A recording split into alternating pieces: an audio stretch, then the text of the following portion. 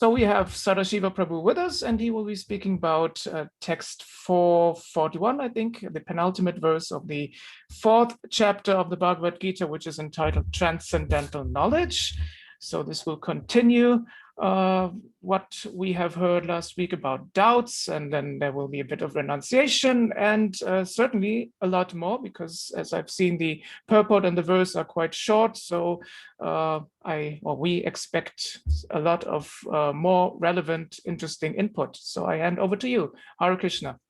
Hare Krishna. Thank you for making your expectations very clear. I hope I can meet them.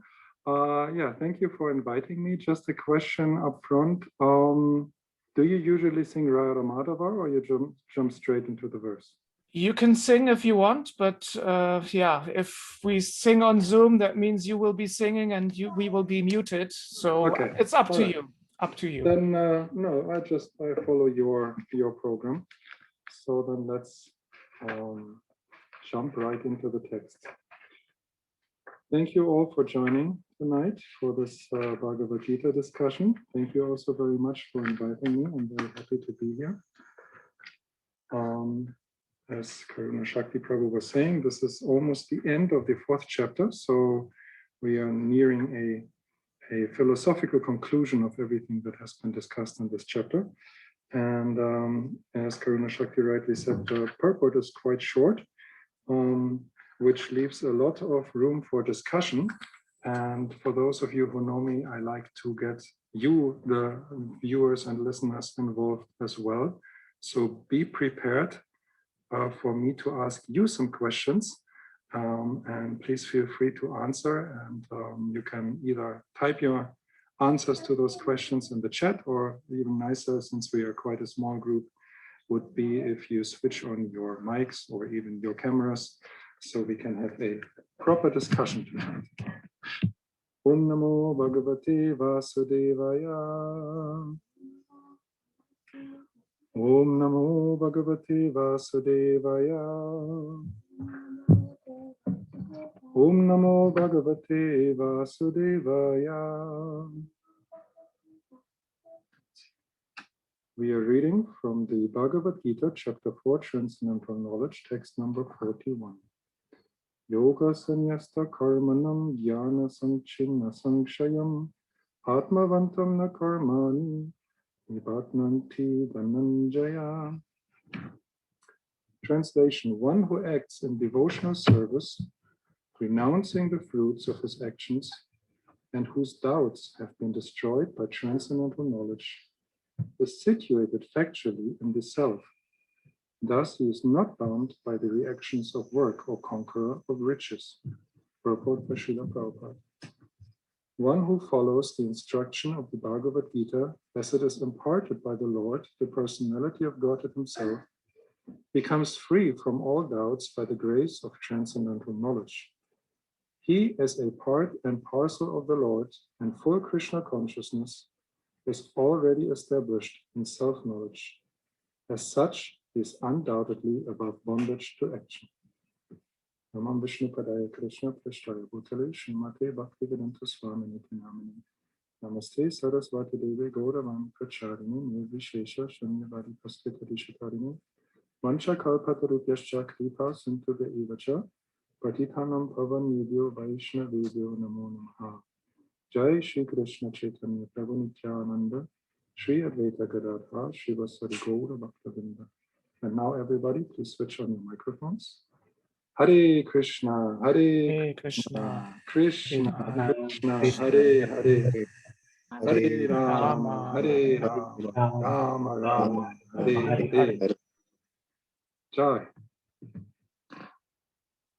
The verse was: one who acts in devotional service, renouncing the fruits of his actions, and whose doubts have been destroyed by transcendental knowledge, is situated factually in the self. Thus, he is not bound by the reactions of work or conqueror of riches. So one of the goals of the Bhagavad-gītā that Krishna is having is to convince Arjuna that he should not feel bound by the reactions of his work. Because Arjuna is voicing this very fundamental doubt to Krishna that what will happen to me if I kill all my friends and family, my relatives, my teachers?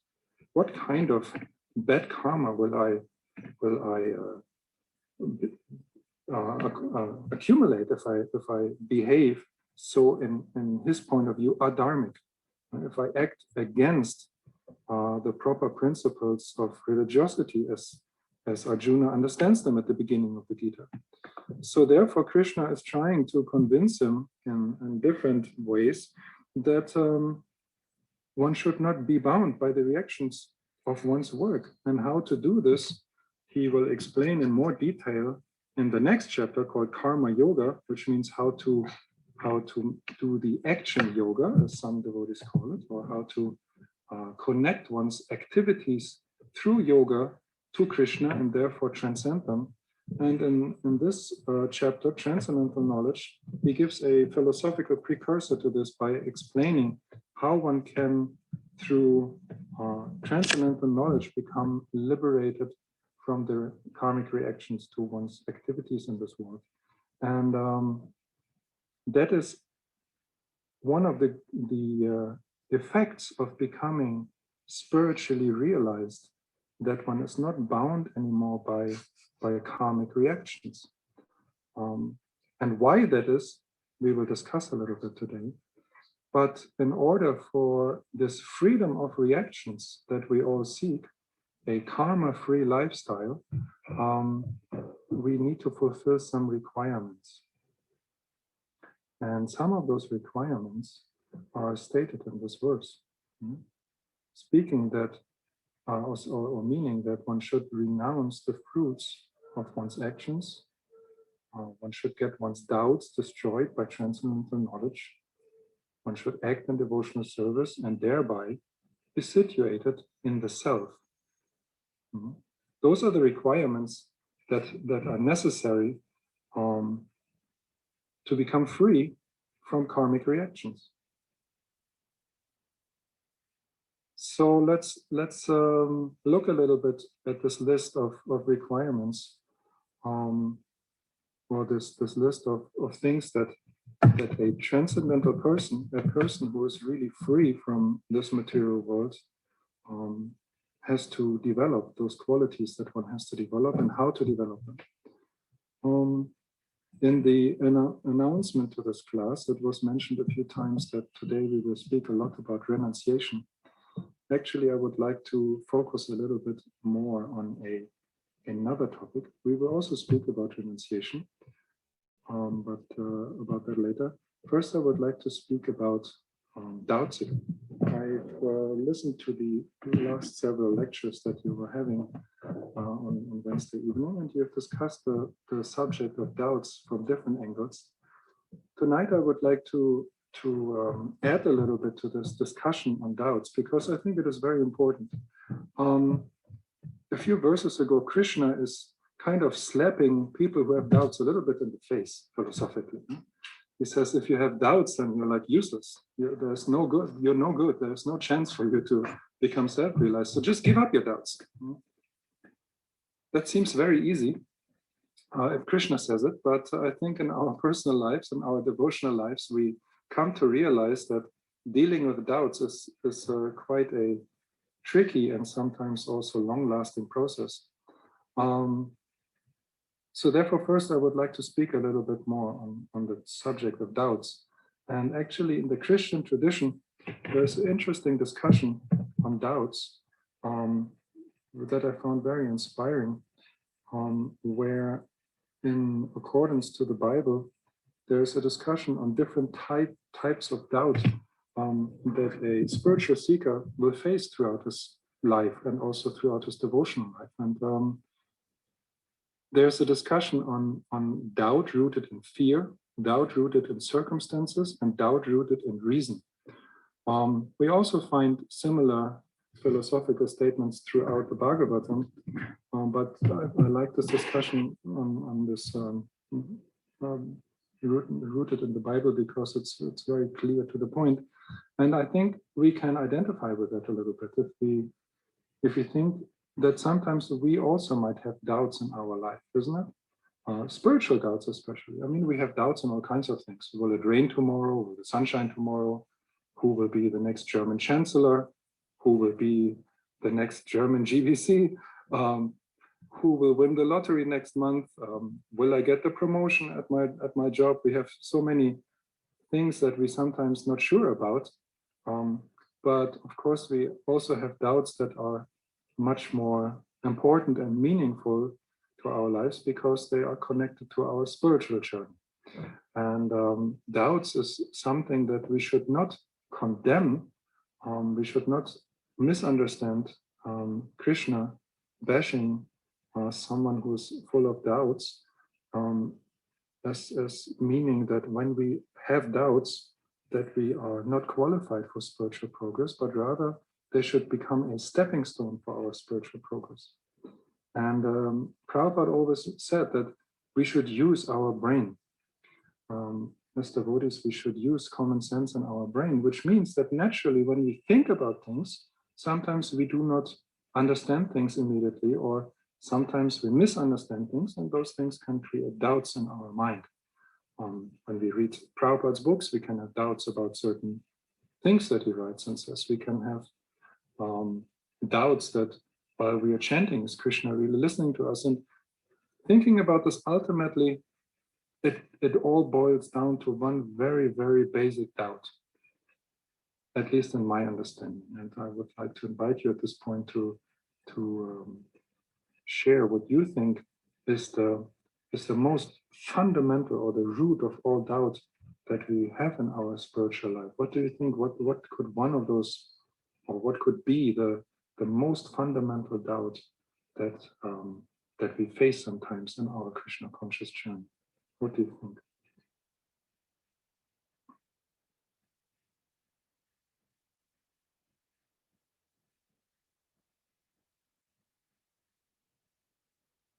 Shumit, you look like you are ready to give an answer. Oh, Gyadva Mataji raised her hand, I think. Okay. So we will need a moderator today. I don't know who will do that service. Gerda, go ahead. Okay, sorry, I had to put off my earphones. For me, the fundamental question is, for at least I have this doubt: is God only like an invention of a human mind to like combine this like senseless being, like if you go through everyday life and our life that seems useless, and the other things that we want to be active. So yeah, could I explain what I mean? Okay, thank you.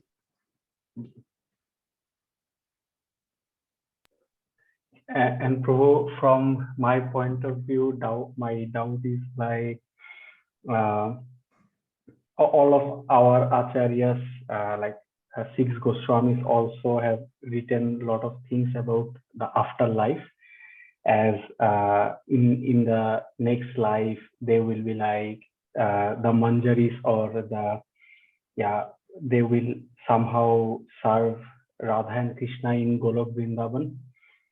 But my doubt is like no one has saw that or experienced that and then came to this world and then have gave us some kind of proof that we were there in Golok Vrindavan and we did this kind of service to Radha and Krishna. So yeah, that is my doubt. Thank you. Anyone else? If you don't feel comfortable sharing your personal doubt, you can also answer in a more theoretical sense if you like, but of course if it's personal, it's more relevant to the discussion.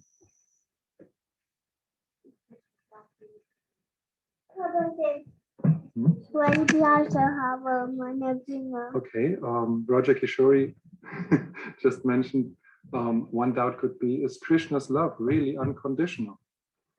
Or is Krishna expecting things from us in return for his love? I sometimes experience this very fundamental doubt: does Krishna exist even? is this all real? And I think, like when we often say the most deep-rooted fear is the fear of death. And thinking about it, I think the most basic building block of all doubts is this doubt. Is something that I have no immediate experience of, is that real? And I think that also resonates a little bit with Shumit's answer, that if someone just says, I experienced this and I have been there and I've seen that, how can that be real? Because I have not seen this, I have not experienced it, isn't it? So I also sometimes think, is this really all real?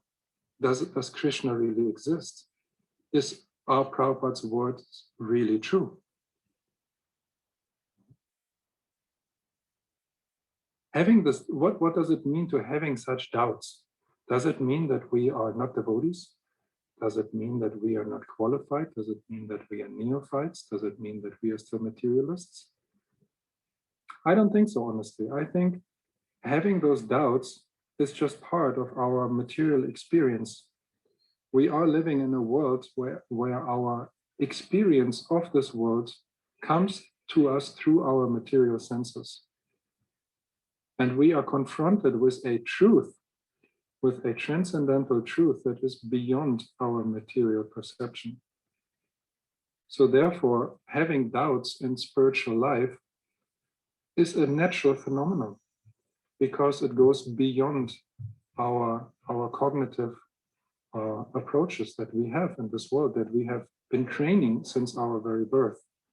We have been practicing and training our entire life how to understand this world based on our five senses, our mind, intelligence, and false ego. And suddenly we are confronted with a reality that is completely beyond that. So some reconciliation has to take place in that.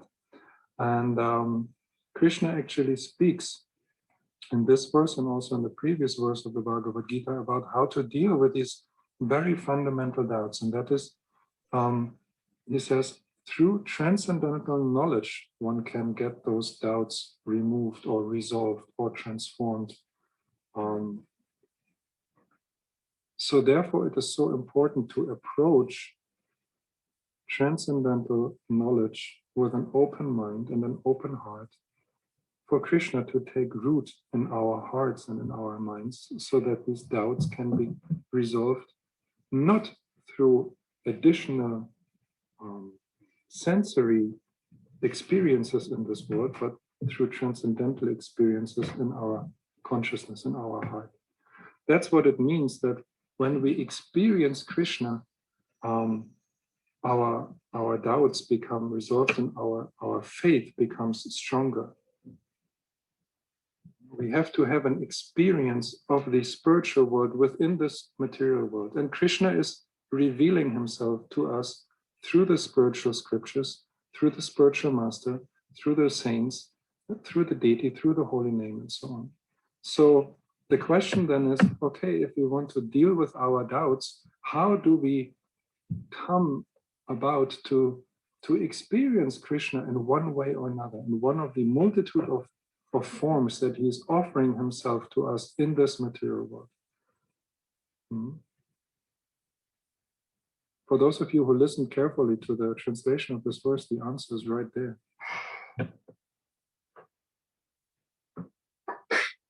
You can use the book as a cheat sheet if you like. Anybody has an idea what we can do to experience Krishna in this world?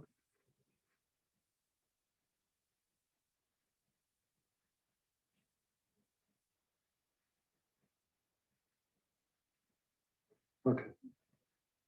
We're all a little tired tonight, I guess. It is through devotional service. Because what is devotional service? Devotional service is acting through our bodies, with our minds, our senses, our intelligence, for the pleasure of Krishna.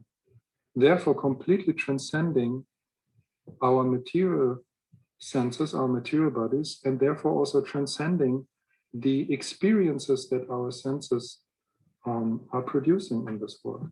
Therefore, when we smell a flower offered to Krishna, it is not just smelling like any other flower. When we taste prasad offered to Krishna, it is not just eating like anything else that we might eat. When we clean the temple, it is something completely different than if we just clean our home or anything else.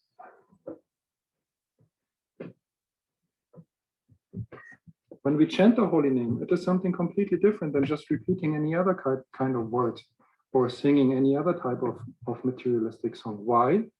If we perform these activities in bhakti, meaning for the pleasure of Krishna, not for our own sense gratification, but for the pleasure of Krishna, we are transcending our material senses because we are directing this activity towards the spiritual realm. We are directing these activities, our mind, our thoughts, our feelings towards the spiritual reality, and we are getting a response from that spiritual reality.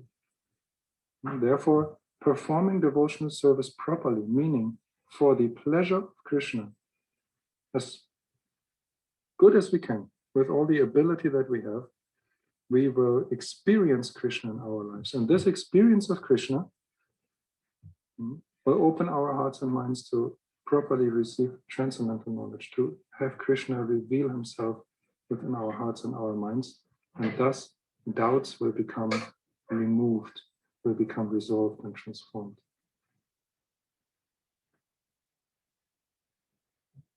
And then lastly, the last point on the to-do list of this verse, so to speak, the to-do list that Krishna is giving Arjuna is renouncing the fruits of action, of our actions.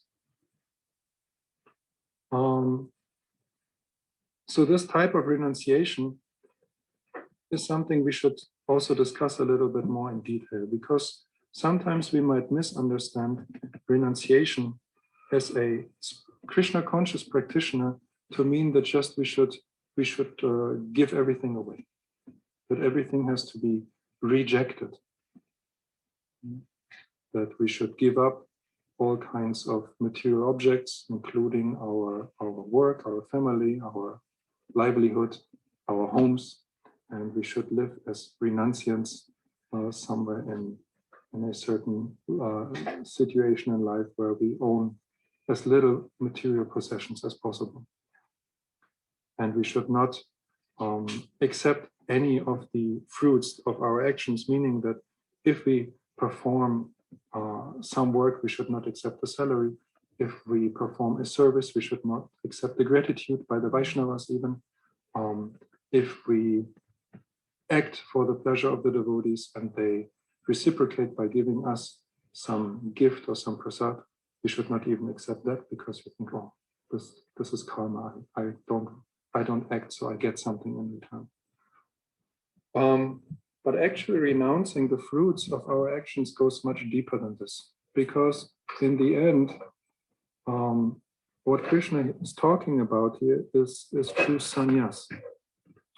And this sannyas means that you offer the fruits of your activities in yajna to Krishna, and therefore transcending, not just renouncing the fruits of your actions, but actually transcending the fruits of your actions. If you offer them to Krishna in sacrifice, in yajna. And therefore one can use, and I think as devotees who have been practicing Krishna consciousness for a while, we know that we can use our actions and also the fruits that come out of our actions in devotional service. So renunciation does not simply mean to reject material objects, to reject everything that is presented to us in life as a distraction or as something that we are afraid that might bind us to this material world, but rather by trying to engage the things that we have been given and that we are being given, engage these things, engage our abilities, engage our wealth, our relationships, everything that we are being presented with. If we try to engage these things in devotional service one way or another, then we actually renounce the fruits of these actions, because again, we try to find ways how to utilize our actions and the fruits of our actions for the pleasure of Krishna, for the pleasure of the Vaishnavas. So therefore, these things, they're actually, as I hope becomes a little clearer, they're not just completely separated things that need to be developed in order to become properly situated within oneself, meaning to become self-realized, but they're actually all building on, how to say, die greifen ineinander. They're interlinked. They're all supporting each other. They're all building on each other. So performing devotional service, meaning one of the 9 types of bhakti yoga, and at the same time trying to develop a spiritual perspective in our daily dealings by also developing a bhakti perspective in the things that we do every day that for a neophyte might seem separated from devotional service. Meaning, so often we think, oh, I get up and I use the bathroom, I take a shower, I need to eat breakfast, I need to travel to work, I'm at my job, I need to deal with certain people, I have to take care of my family, and then I have 5 minutes to sit down and do devotional service.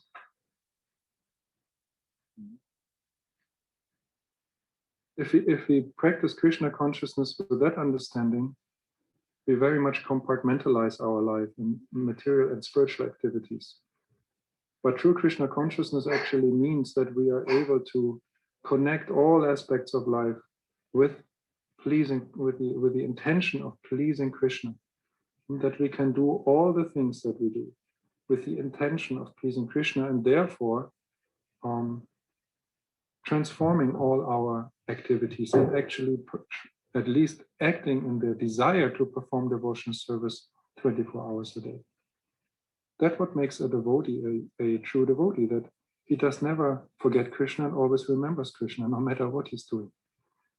And that's possible not only for the renunciate sitting in the forest, not having to deal with the world, but also for Vaishnavas, for devotees who have to deal with the world. As we see in the example of so many great saints, the most famous of which probably is Bhaktivedanta, which we always quote in this connection. Having to deal with work, with family, with children, and never for any moment forgetting Krishna. Therefore, always being in the spirit of renouncing the fruits of his action, because he's performing all his actions for the pleasure of Krishna.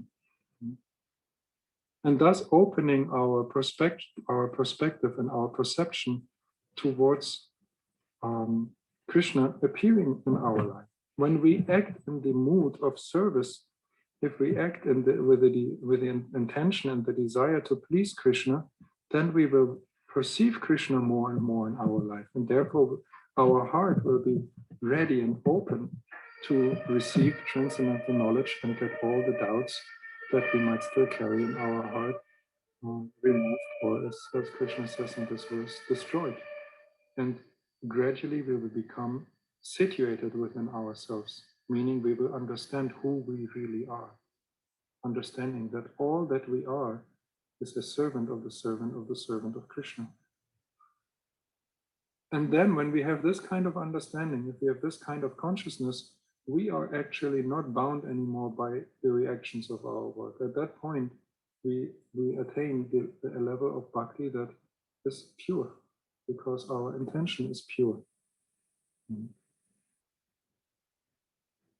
And that is the conclusion of Bhagavad-gītā.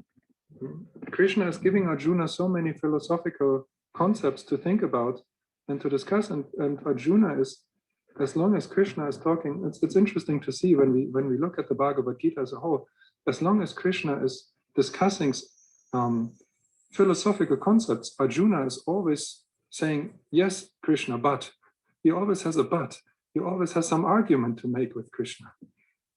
But when Krishna reaches the final conclusion, said, forget about all those things. Just surrender unto me, just serve me, just love me, just let's, be my friend and act for my pleasure. There is no more but. At that point, Arjuna surrenders completely, because we are not dealing anymore with philosophical concepts, but we are acting and dealing with our hearts. Arjuna, being Krishna's devotee, naturally is attracted to Krishna and wants to please him. So therefore, this discussion with Arjuna, of course, is for our benefit, as we all know. And Krishna is giving us all these philosophical concepts in order for us to become prepared to accept the ultimate truth that we are servants of Krishna and that we become ready to act accordingly.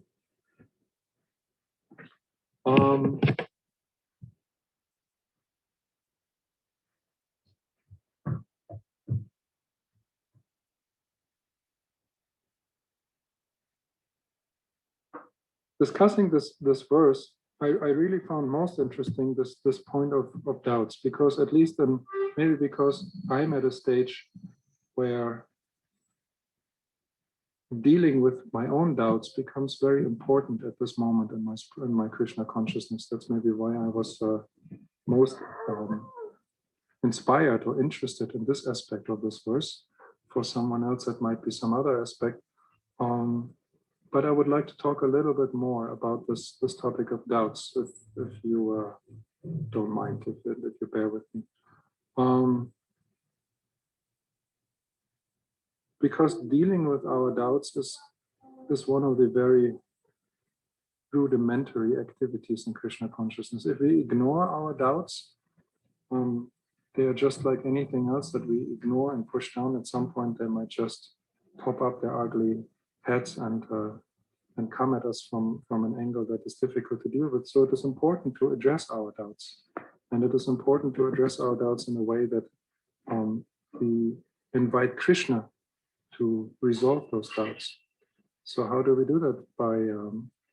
By approaching other devotees and voicing our doubts, by approaching our spiritual master, by approaching the Holy Scripture, and also by approaching Krishna. Krishna is situated in our heart and he knows what's going on in our heart. So by pretending towards Krishna that we are on a level of spiritual realization that we are not, it's like a child pretending to be a grown-up. Well, it's very clear to the grown-ups in the room that the child is still a child. So when we approach Krishna, when we chant the holy name and we are pretending like, oh, I'm such a great devotee, I'm so pure, I'm so in love with you, my Lord, and actually we are full of doubts in our heart, Krishna looks at us and thinks, oh, come on, be real with me. I know what's going on. And if we actually open up towards Krishna and reveal our doubts to him while chanting or while praying or while writing our journal or in whatever way, we are actually inviting Krishna to communicate with us about these doubts. And I found it very interesting, these types of doubts that the Christian tradition is addressing, because I think we can also find this in our own lives, this doubts rooted in fear. Sometimes we are afraid of certain things in Krishna consciousness. Oh, will Krishna accept me, or will Krishna accept the service, or will the devotees accept me? Very often I've heard from devotees who have not been with the other devotees for a while, that they feel afraid that what will other devotees think of me? Will they look down on me? That's maybe why I avoid the association of other Vaishnavas. Or I have made a mistake in my devotional service. What if I get punished for that, or if somebody realizes this? So this is more a doubt that is rooted in a lack of faith, really, in a lack of faith in the quality of Krishna, and a lack of faith in the quality of the Vaishnavas. Because what makes a Vaishnava is that he's kind-hearted and compassionate. And of course, he's also compassionate to us. And Krishna, of course, is the most loving and the most forgiving. So resolving this doubt, having thought about it for a while, also really requires that we know a little bit more about Krishna, that we know a little bit more about what the devotee makes a devotee, what makes a devotee a devotee. Knowing more about the qualities of Krishna and the devotee, so that we can understand that those fears are not rational fears.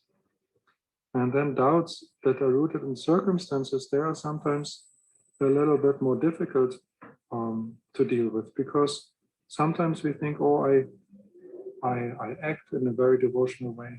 I'm trying to be a good devotee, but things happen to me that just don't go together with my expectations in other devotees, my expectations in Krishna, my expectations in the devotee community or whatever.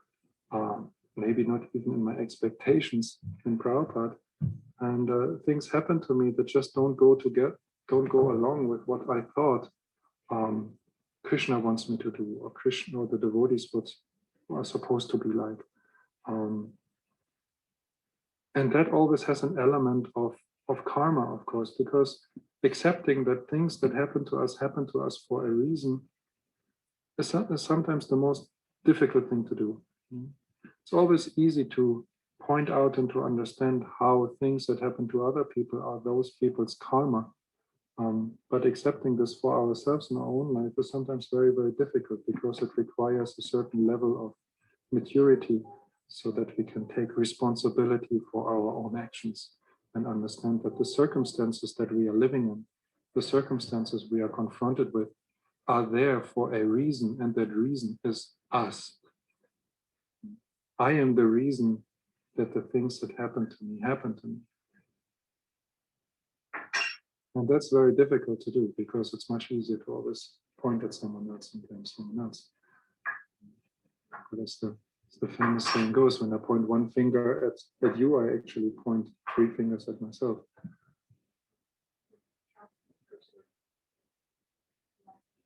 And it also means that I have no trust in Krishna, that the things that happen to me for a reason.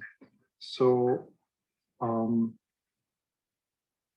resolve this, we have to develop a certain level of maturity, and also develop a certain understanding of our philosophy, because it's sometimes really interesting to see in myself, and also I witnessed it in other devotees. We practice Krishna consciousness for so long, and we talk about the basic points of our philosophy for years and years, but when we are ourselves confronted with those very basic concepts, we struggle to apply them in our own lives. Have you ever experienced struggling with applying the concept or the law of karma to your own life?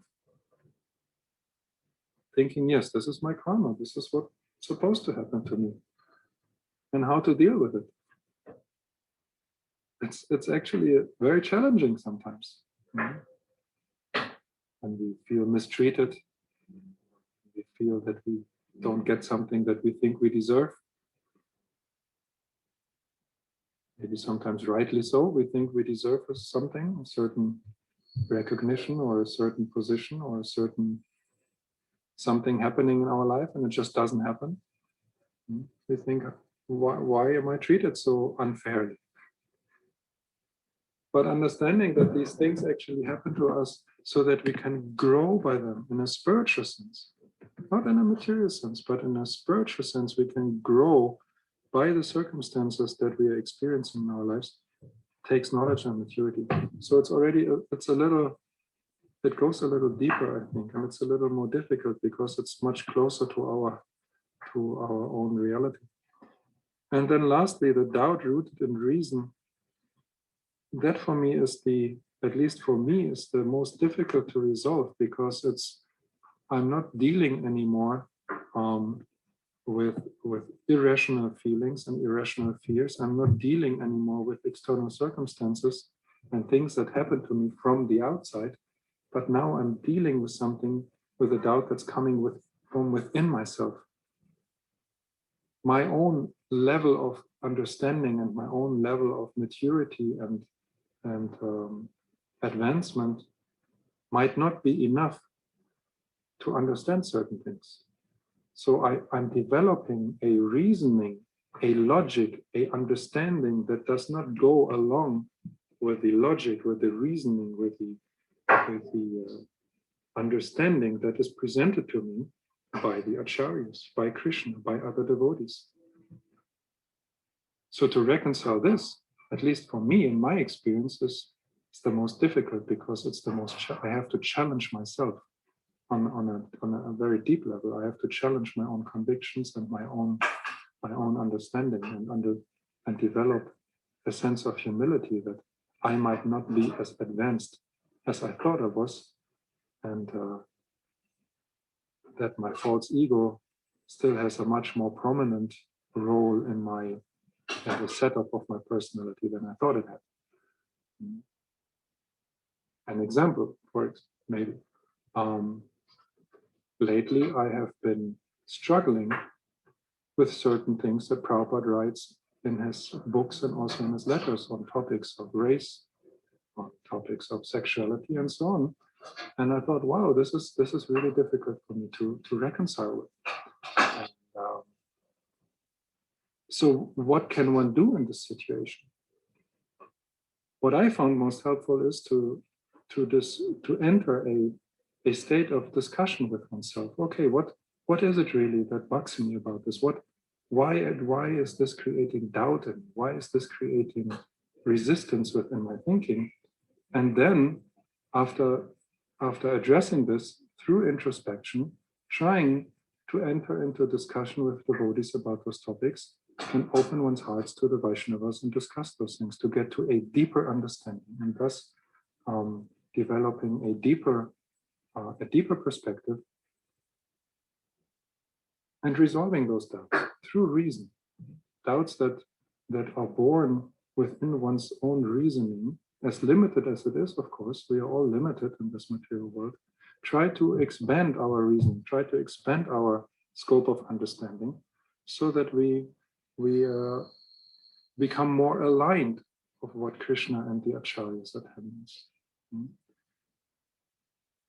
So those are some of the thoughts I had on this topic of doubt, because I find it very interesting, because I think it's something we all have to deal with once in a while.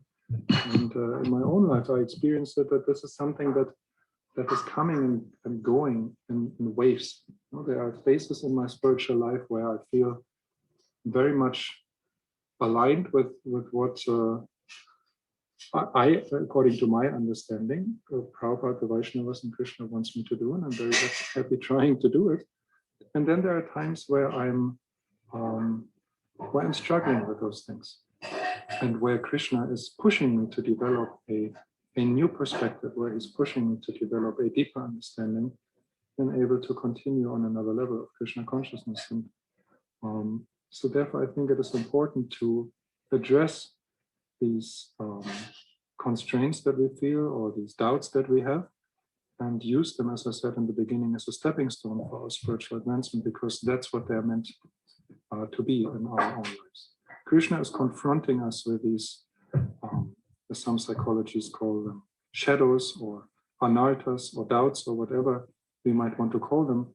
He's pushing us to face them, and we can only overcome them or transform them by addressing them and by bringing them towards Krishna and having him resolve them for us.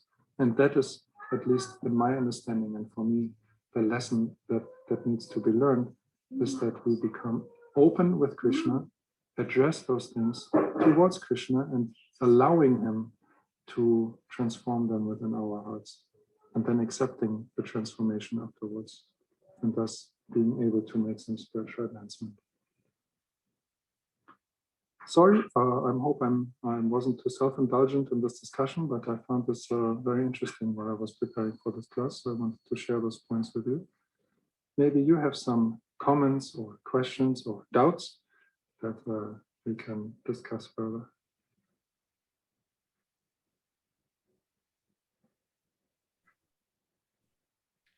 Thank you very much. If any one of you has a question, they can type it into the chat box, or better, unmute themselves and speak right ahead. There is a microphone icon in the bottom left corner of your screen, and you can click on it and then you can speak. So if anyone has a question, then you can say something.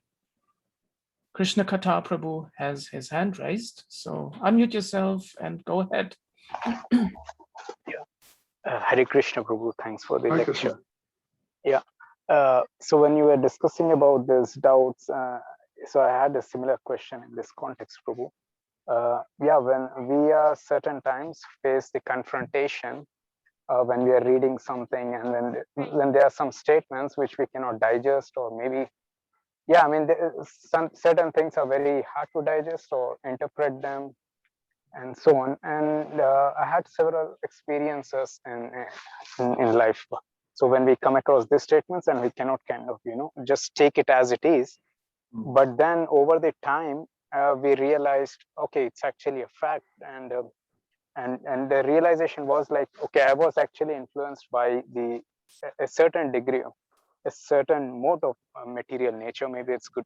It's mostly the passion and ignorance, and that has made me to confront this statement, to accept as it is, because I was influenced by my environment, maybe my culture, and so on. And in this situation, like after having this one or two experiences, then I came to a conclusion that it's better to accept the Shastra as it is, because I'm very limited, my knowledge is limited, and I'm to higher degree, I'm influenced by the modes of passion and ignorance.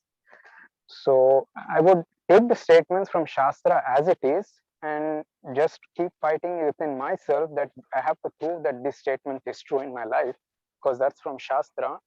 But I would, rather than confronting it, I would rather accept this as a statement, accept this as a truth, and then I would try to search that, okay, let me find an example to prove that this is truth, and so on. Is this the right attitude, Prabhu? I mean, we cannot prove to the external world why certain things is there, because they have their own arguments. But is it the right approach to, like, after having these experiences, like, I mean, you cannot kind of comprehend the Shastra, because it's much higher. I mean, yeah, the philosophy is like beyond your imagination, or like beyond what you can actually think. So is it the right approach for, like, just take something from the Shastra as it is and just process it like as it is, and try to see how it can be revealed, as you already said, as you were also experiencing this, like maybe Krishna is confronting maybe these things, so I'll better answer these, try to seek the answers for it. Yeah. Thank you, Prabhu, for adding this very relevant layer to the discussion. There is, I don't know if you know about it, there's a series of podcasts called the Late Morning Program with Nam Ras. You can find it on YouTube and any other place where you find podcasts. And he's having several discussions on this topic. And so what you're saying is very interesting, because accepting something as it is, we always do through the lens of our own consciousness. And as you rightly said, our consciousness is always influenced by the modes of material nature. Sometimes a little bit more tamas, sometimes a little more rajas, or sometimes a little more sattva, and in the ideal state, even Shuddha sattva. So whatever we read and understand, we understand through this filter of the material modes of nature that are influencing our consciousness and therefore our understanding of Shastra. So therefore, understanding, saying, okay, I'll take Shastra as it is, literally, even that literal understanding will be influenced by the modes of nature, and there's a way to understand Shastra in a tamasic way. There's also a way to understand Shastra in a rajasic way and in a sattvic way. So the how to say the hebel, how to say, Karuna Shakti, you're the translator. Lever, it's called lever. Thank you. The lever, what gives us leverage to develop a proper understanding of Shastra is actually to work on our level of contamination, so to speak, meaning to work on developing more sattva gun, and from there on even Shuddha sattva gun, so that then also we understand Shastra in a more clear way, with less dirty glasses, so to speak. The more we are in the lower modes of nature, the dirtier our glasses are, and the less we can actually see the Shastra in its own light. And in the meantime, while we are still conditioned by the lower modes, which, at least speaking for myself, I mostly are, Yes, it is. I think it is the right approach to say, okay, those are things that I find hard to understand at the moment, and I just accept them as they are, and I will revisit them once I have a deeper understanding of the overall understanding of Shastra, if those still feel like they need resolving. Because that's also something I've experienced in my life, that sometimes we feel certain a certain hesitance. We feel hesitant to confront certain points of Shastra, or certain philosophical points, or statements by Prabhupada, for example. But then later on, when we come to a deeper understanding of Krishna consciousness, when we make a little advancement, we don't have to revisit those things necessarily, because they have become resolved in the meantime, and we understand them on a higher platform, or in a deeper way, higher or deeper, depending on how you want to express it, because our entire consciousness has been elevated in the meantime. So yes, in that sense, your approach is definitely correct, to say, okay, this is something I cannot deal with at the moment, or I do not understand, or I do not know how to understand, or how to interpret at the moment, how to apply at the moment. So I just take them and I put them aside, and I focus on the essentials. And what I find, I don't know if this is also your experience, Krishna Katha Prabhu. My experience is that often those things that are a little more difficult to understand or reconcile are the secondary aspects of our philosophy, not the primary basic aspects of our philosophy. And then in that sense, like as an example, I sometimes, or when I think about it, I mostly have a very hard time coming to terms with the Vedic cosmology. That's just something that goes beyond my capability of understanding and my logic, or the amount of logic that I can come up with. But is this really central to me developing bhakti for Krishna? I would say not really. This is something, it's important, it's definitely interesting and relevant, but it's not essential. So rather focus my attention on the essential things and deepening my faith and my bhakti, and then those things will become resolved. Krishna will reveal those things to me if it is required for my further spiritual advancement, and I can deal with it then later. That's my approach, at least. Yeah, it sounds practical too. Yeah, I think it's the right thing that you do. Thank you, Prabhu. Thanks for your time. And I can really recommend, if you have a little spare time, those Namrasa podcasts, the late morning program. There's one discussion with Mahatma Prabhu on this topic. And there's one discussion with Garuda Prabhu on this topic. Both very, very interesting and deep discussions. So at least for me, they gave a lot of new perspectives and deeper understanding.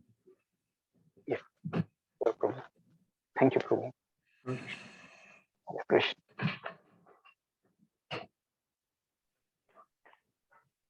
Prabhu, I have a question. Yeah. Basically, I have two questions. Don't become greedy. Prabhu, we are having your association after a long time, so that's why. And Prabhu, I want to confess, basically you were giving one lecture at the temple, I guess 1.5 years ago. So that day I asked you one question. It was about Krishna's reciprocation.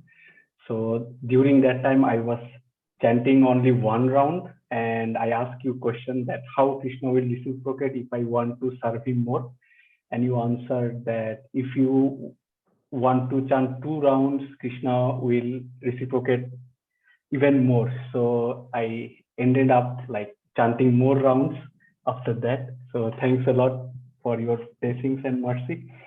So Prabhu, on that lecture also you talked about our free will and how our destiny works on us. So, and today also you told like we are responsible, like the karma we did, and and those things are acting upon us. So my question is, if we are kind of responsible for our everything, and we don't have such kind of free will that we can do whatever we want.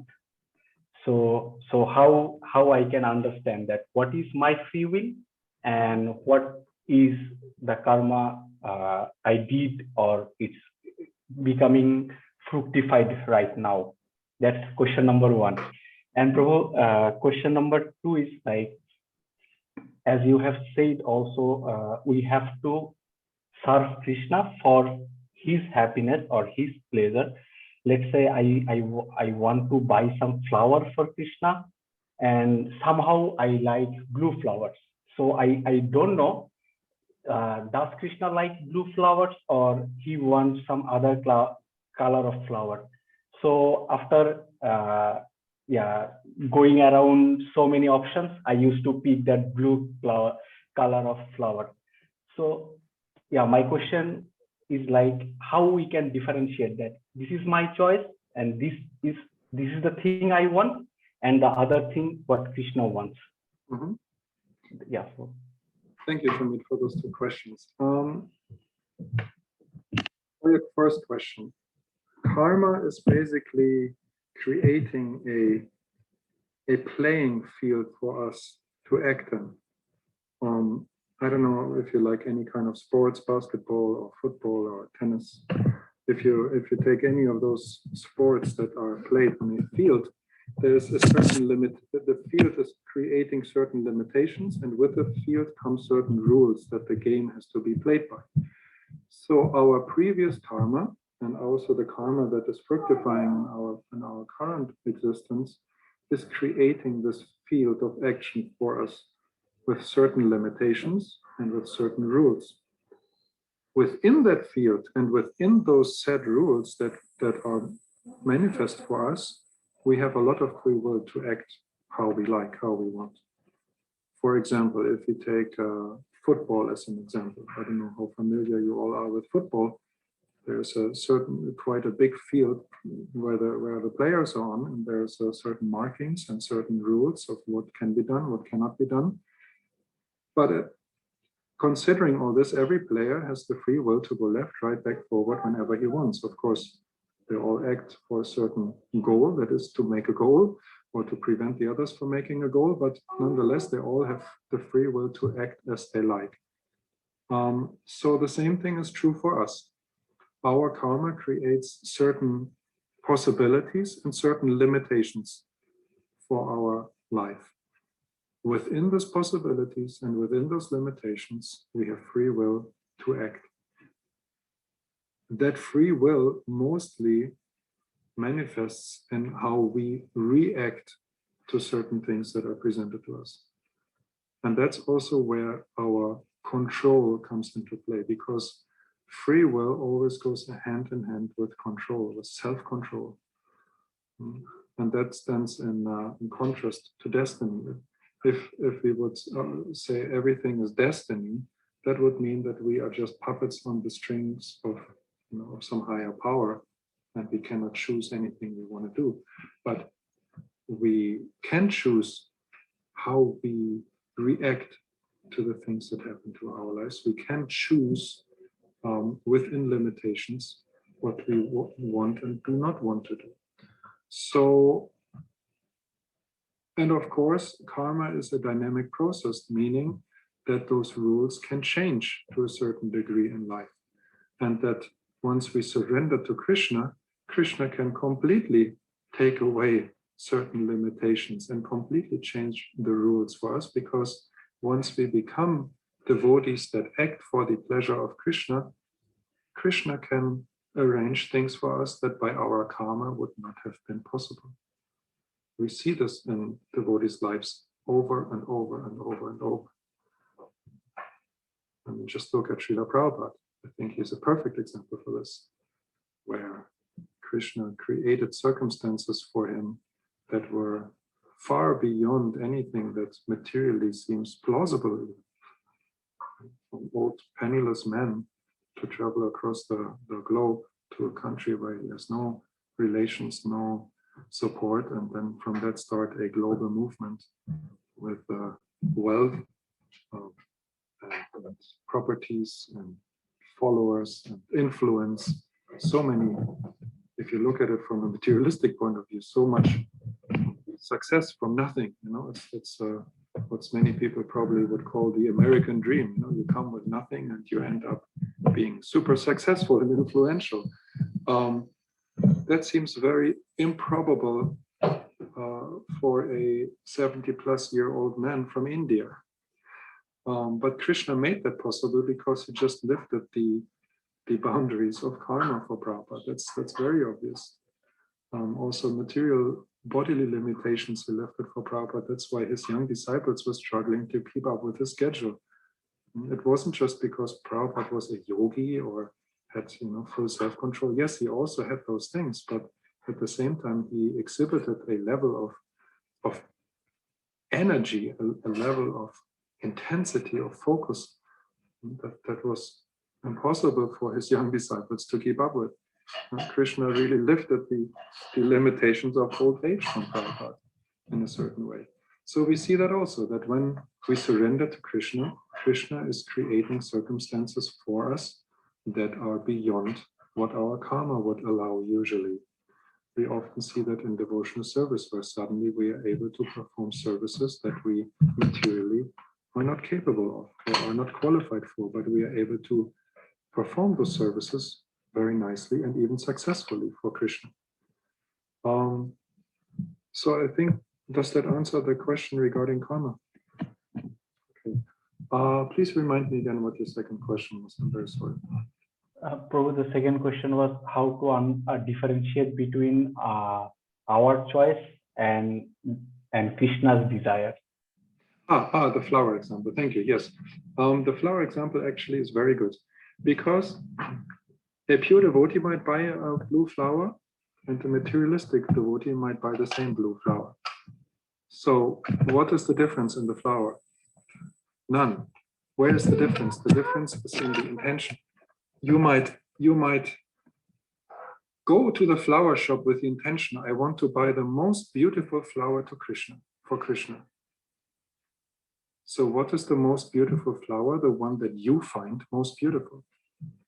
But why do you pick that particular flower? Because in your understanding, with your capabilities of reason and your talents and limitations, you come to the conclusion that this is the best thing that I can offer to Krishna. So let me get the best for Krishna. Or you might go to the flower shop and think, okay, I want to offer a flower to Krishna, but I will also have to look at it all day long on the altar. So let me buy a flower that I find aesthetically pleasing as well. You see the difference? You might still pick the same flower after all, but your intention, your motivation is very different. So, and of course, we are limited, and we have certain cultural backgrounds, we have certain inclinations, certain tastes. But if our intention is, let me get the best thing, the thing that I know is the best thing, and give me that, let me get that for Krishna, or do that for Krishna, I think that is as good, as high a level of bhakti as we can practice in our current state. That means what? That's what it means when Krishna says, I'm accepting not the thing that you offer to me, but I accept your love and devotion, your intention. And therefore the thing becomes completely secondary. We all know this very, very famous story from the Chaitanya Charitamrita of the banana salesman who is offering Krishna, Lord Chaitanya, the banana peel in ecstasy, and out of ecstasy throws the banana away. And Lord Chaitanya gladly accepts the peel and eats it very happily, and everybody is becoming very ecstatic, and Lord Chaitanya accepts that love and devotion of his devotee. And his devotee feels this reciprocation and becomes ecstatic by it. So even if we do not know what is best, if according to what we think at the moment can be the best thing for Krishna, that's what we give. That's bhakti. But if we have some ulterior motive of, I also would like to enjoy, Well, let's use the example of cooking. We can think, okay, if we open our fridge, what is the best thing I can cook for Krishna with this? And our focus is, how can I please Krishna with what I cook?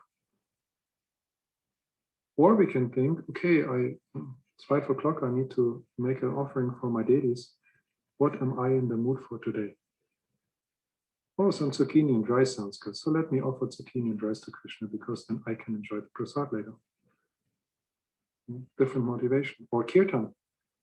What's the melody that I would like to hear right now, that I would enjoy singing at the moment?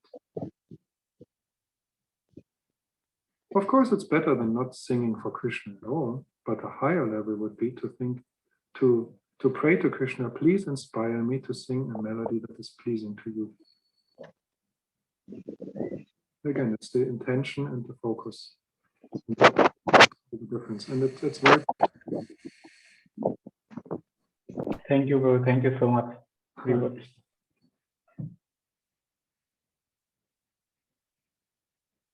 Okay.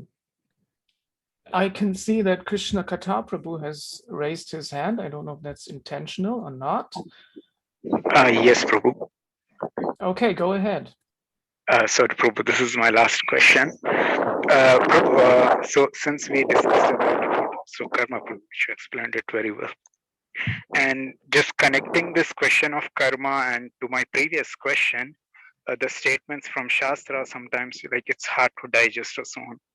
So in past few days, Prabhu, if we see that, so just to clarify, first thing was, if we are convinced, Prabhu, like I mean, in Shastra it is said, like once you are surrendered to Krishna, I mean, karma factor is not no more valid in the life of a devotee. And I was completely convinced with this. Like, I mean, I'm not going to think about this karma and all, because we have just surrendered to Krishna.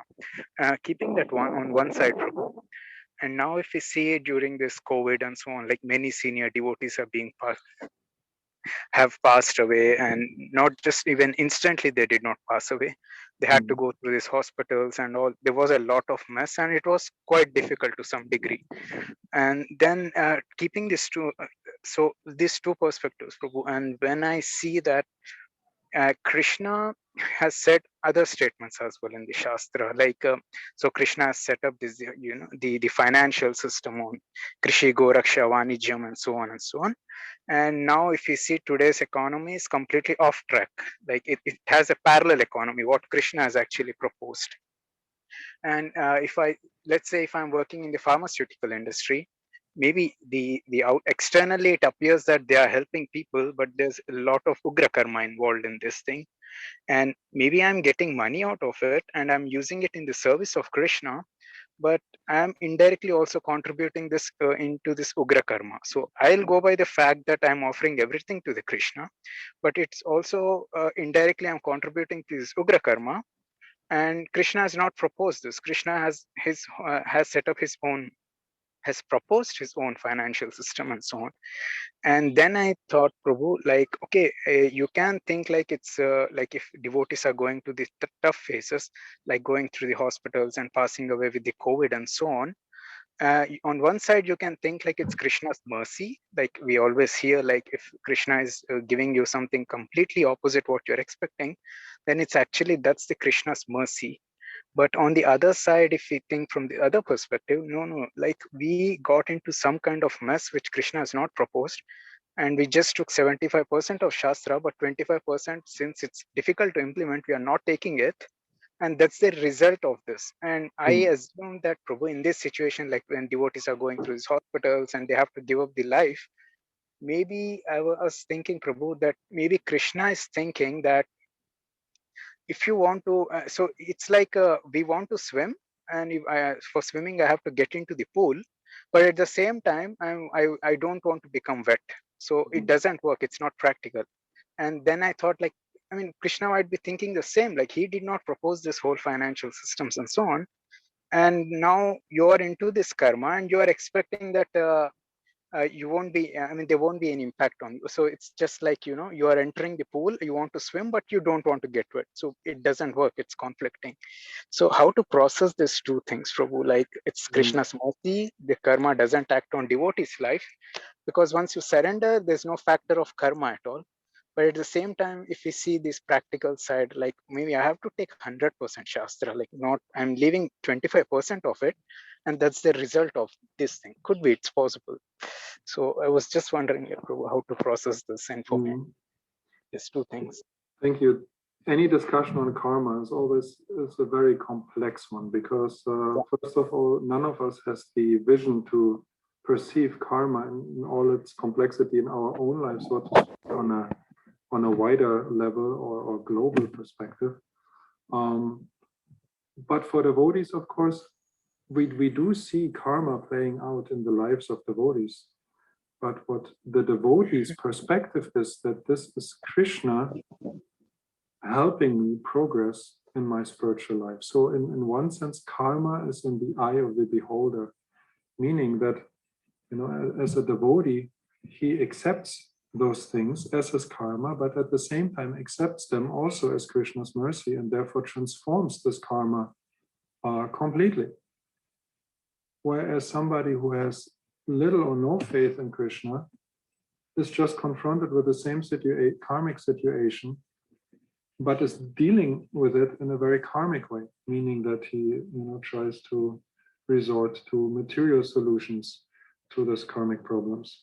So on an individual level, it really, I see two things. One is that every karmic reaction that we are still getting really is, for somebody who's trying to be a servant of Krishna, is an arrangement by Krishna for us to grow.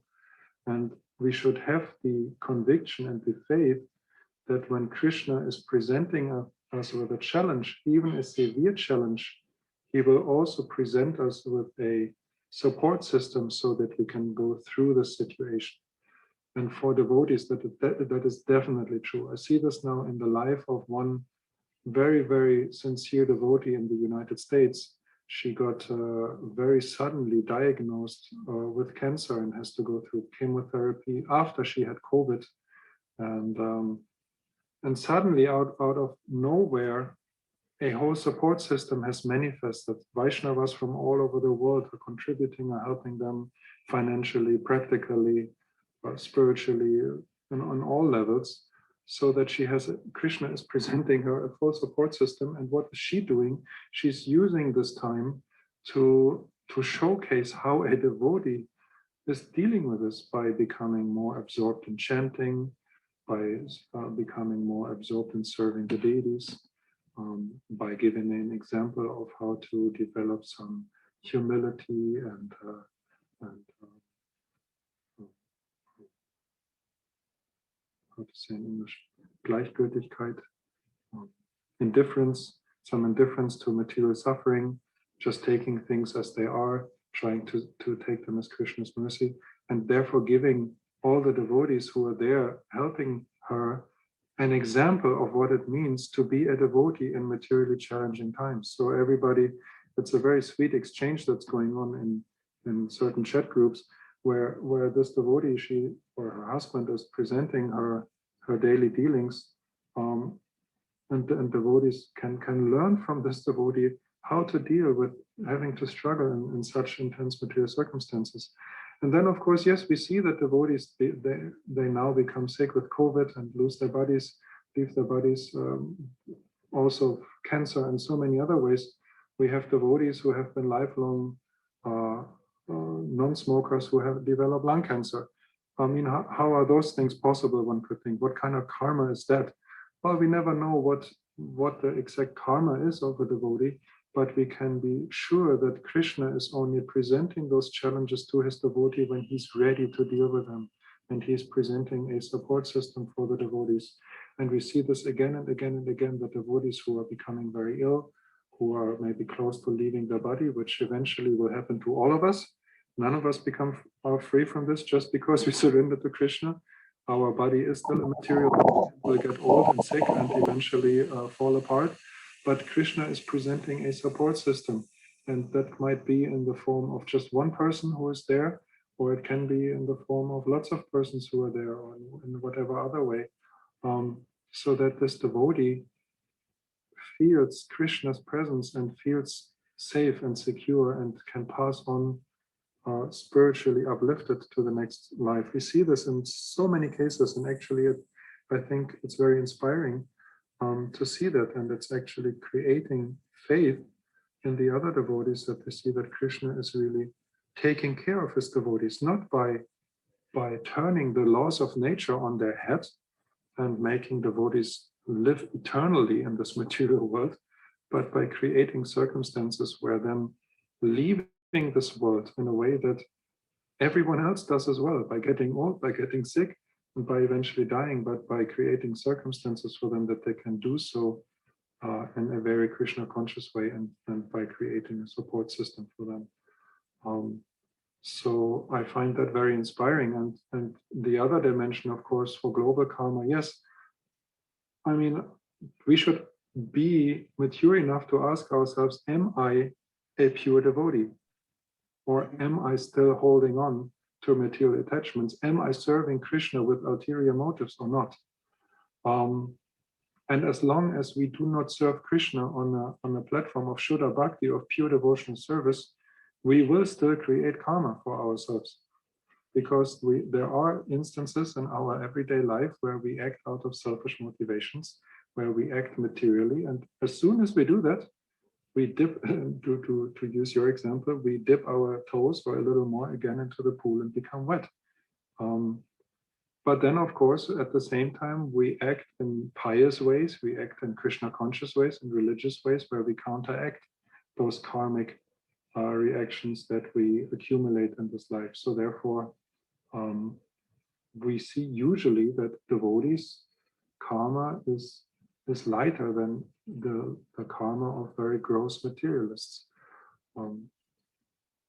Maybe not externally, but at least internally in their own understanding. That's why I said karma is in the eye of the beholder.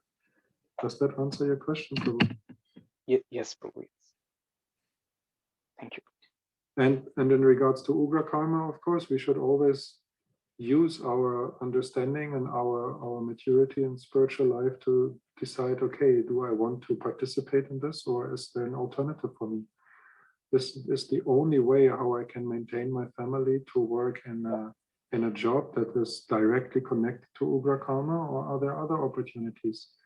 And it is in that case, I would say it's even imperative to ask Krishna for help. Please, Krishna, help me out of this situation, which is making my spiritual progress difficult or hampering it, and help me find circumstances where I can serve you better and do not participate in those very gross materialistic activities.